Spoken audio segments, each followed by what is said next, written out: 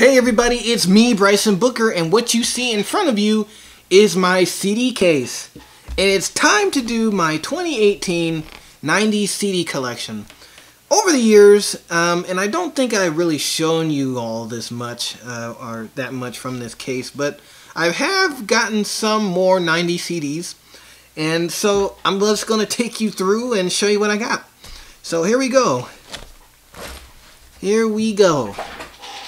So starting off, and I'll let you know some of these that I actually still listen to like crazy, and some of them that I just stopped listening to after the first time.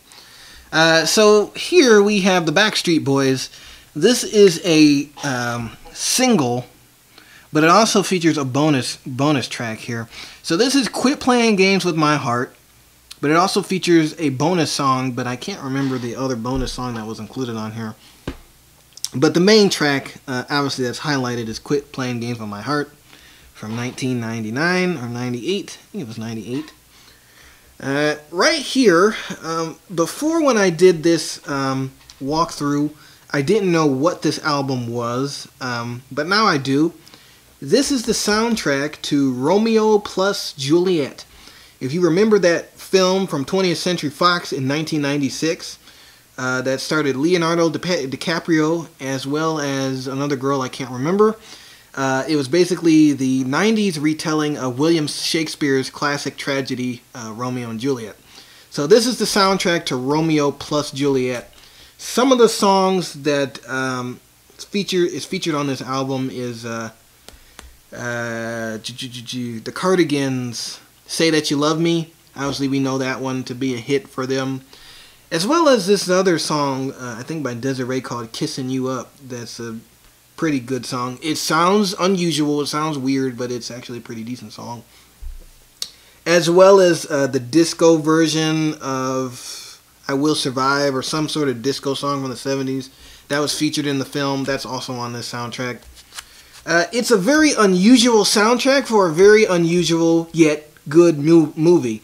It's a pretty good soundtrack from Capitol Records. I would recommend it. It's a pretty decent soundtrack. Again, if you love the movie, you probably will love the soundtrack. So, there you go. Now, the cool thing about this CD case is you can put the actual CDs on one side, and then you could actually put the CD covers on the other, so you could identify each CD with each cover. So here we go. In order, please don't make fun of me. I have TLC's Fan Mail, Pink, You Can't Take Me Home, Britney Spears' Baby One More Time, which is now celebrating 20 years. Can you believe that? 1998. This album is celebrating 20 years.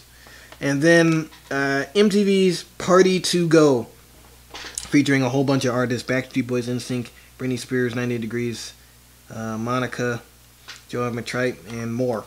I have listened to Fan Mail recently. I listened to it actually back in February.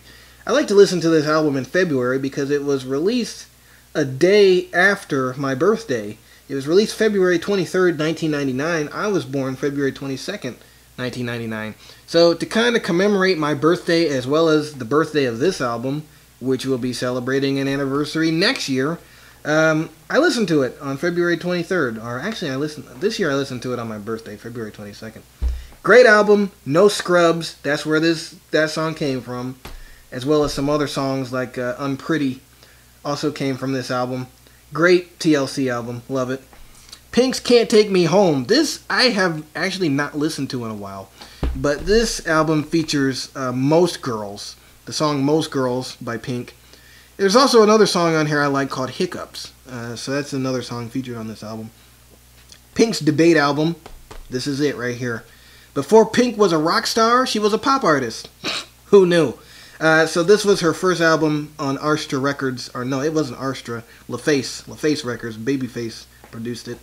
But this was her first album when she hit the charts in 2000. Again, pretty decent album. I haven't listened to it in a while, so maybe I should give that another listen. We have Britney Spears, like I said, Baby One More Time. Obviously, sometimes that song, Email My Heart. It's just Crazy is on here. You know, Baby One More Time obviously is on here. And there's another song I like on here called Soda Pop. That's kind of one of the lesser known tracks, but it's a good track. Again, Britney's debate album. Period. You know, I can tell this album and this album is probably going to be worth a lot of money. Or, in the case of the Britney Spears album, it probably won't be worth a dime. But who knows? And then Party to Go, obviously a great mix from MTV featuring basically most of the artists that were on the charts at that time. 98 Degrees, Joey McTrite, Leanne Rimes, Aaliyah is on here. Are You That Somebody by Aaliyah is included on Party to Go. Here We Go by NSYNC, one of their first songs, is included here, as well as some other hits from around 1998-99 is included on Party to Go. Alright, I don't want to take all day doing this, so let me just keep moving. This is Sublime, 1996. I've never really listened to this album after the first time I listened to it. I'm not really a huge Sublime fan anymore. What I Got is included on this album. That's a pretty good song by them, What I Got. The Wrong Way, Santeria is included on this album, but I think the highlight track on this is What I Got. I think another reason why I don't listen to it, because I don't really listen to too many albums with the parental advisory logo on them much anymore. I kind of stopped doing that. But when I want to hear What I Got, or one of those other songs that's mild, not spicy, I'll pop that in. Tony, Tony, Tone. Again, another album that I just come back to every single time. House of Music. Guys, now this is when Tony, Tony, Tone was kind of like slightly unknown at this point, because, okay, we know them for Anniversary and Feels Good, you know, all those hype songs from the early 90s. But when they made House of Music, they were trying to show their mellow side, and I love it. And those people that have listened to this album love it. It's a great album, and I'm not going to say any more about it because I actually reviewed it, and I want to encourage you to listen to it for yourself. Especially those of you who only know Tony, Tony, Tone for Anniversary and Feels Good. You really need to get out more. So I would encourage you to listen to this album. Chumbawamba. Enough said. Will Smith. Okay. Chumbawamba. This is Tub Thumping. Released in 1997. This was released in 96. This was released in 96. This one was released in 1997. Obviously, Chumbawamba, they were really only known for Tub Thumping. They're a one-hit wonder, people. And I forgot where they're from. I think they're from the UK. I can't remember. But anyway, this is the album that features Tub Thumping. That obviously annoying late 90s anthem that you probably are singing to yourself right about now. I'll just let you finish that chorus. All right? Great. Now toss it out of your mind. Okay. So that's this album. It also features another track I like on here, Small Town. That's a pretty good track. Will Smith's Greatest Hits. Nuts said. Let's go on. Okay, this one features obviously all of Will Smith's greatest hits. Freaking It, Miami. Okay, let me be reminded of his hits. All his stuff from the Fresh Prince years. Just the Two of Us, 1,000 Kisses, Nod Your Head, Wild Wild West. All of Will Smith's 90s hits pretty much are stacked up on that album from 2002. Alright. Selena, the soundtrack to the motion picture, released in 1997, features some good live tracks from Selena's last concert at the Houston Astrodome in 1995. But basically, most of the movie soundtrack is included on this album. Not all of it, but some of it. It's a decent soundtrack. We have Celine Dion, Falling Into You. Again, this is another album that I reviewed, so I'm not really going to tell you much about it. But obviously features the tracks It's All Coming Back to Me Now. That was the hit that came off of this album. Boyz II Men 2, 1994. Again, another legendary Boyz II Men or 90s album in general. If you don't know about Boyz II Men 2, you probably don't know about Boyz II Men, which means you probably have to go back to Motown Philly and listen to that first. But Boyz II Men 2 obviously features songs such as Thank You, I believe, God, now I'm trying to remember these songs. But it's a great album. I love it. I'll Make Love to You, I think, is on this album. That's a pretty good song. And then there's this song called Jezebel that I also like. Great album, Boyz II Men. Titanic soundtrack. I recently listened to this after so many years. But obviously the original motion picture soundtrack for Titanic features all of the scores from the movie. Quad City DJs. I listen to this when I work out because it's that type of music that just gets you moving. But Come On Ride the Train is on here. The album is called Get On Up and Dance. This is from 1996. The only hit that came off of this album was Come On Ride the Train.